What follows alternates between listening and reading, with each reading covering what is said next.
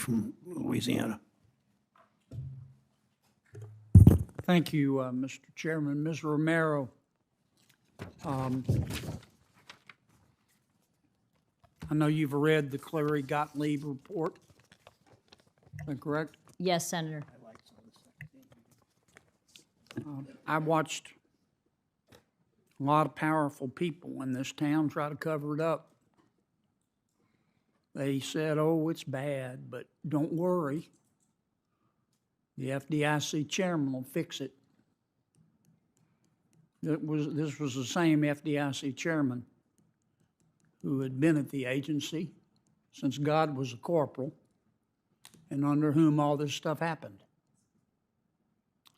And fortunately, that point of view didn't prevail. Here's the way I read the report. 97 people at that agency reported 145 separate incidents of sexual assaults. 91 others reported 141 separate incidents of gender or sexuality-based discrimination. 187 people reported 320 separate incidents of verbal abuse. Over 500 people, about 10% of the people at the agency, came forward about discrimination, harassment, mistreatment they faced at the FDIC. Now, I listened to you say all the right words. And you talked about accountability. And you talked about refurbishing the tarnished reputation of the agency. And you talked about listening. And I appreciate all that. But the phrase that got my attention was, send a clear message that this won't be tolerated. If you want to do that, what you need to do before you do your listening tours or all that other stuff, you need to investigate every one of these allegations, every single one, and find out if they're true. And if they are true, then somebody ought to be, the person who's responsible should be fired, should be sued, and or should be prosecuted. And then you'll have a cleaner agency. Now, I don't have any questions. You're either going to do it or you're not. But I think a lot of the members of the committee agree with me. We're going to be watching.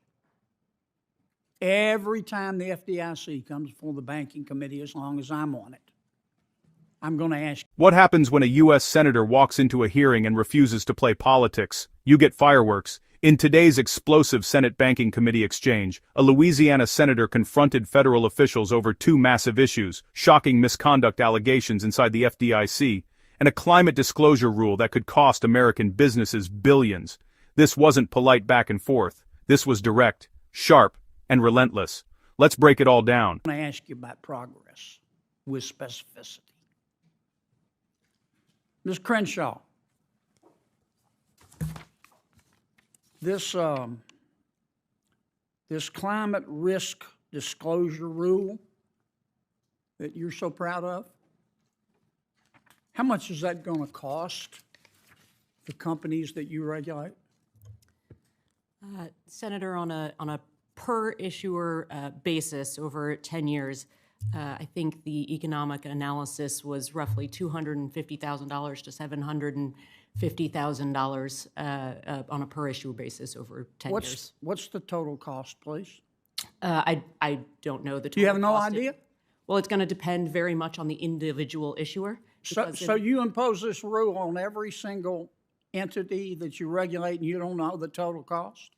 Well, Senator, it depends on the individual issuer. We put in place... You don't know the total cost? It's going to depend on the individual issuer. You don't know, do you? Because it's going to depend. I don't think there's necessarily... It's going to be billions of dollars, isn't it? I don't believe on a per issuer basis that it's going to be... I didn't say per issue. I mean the total cost.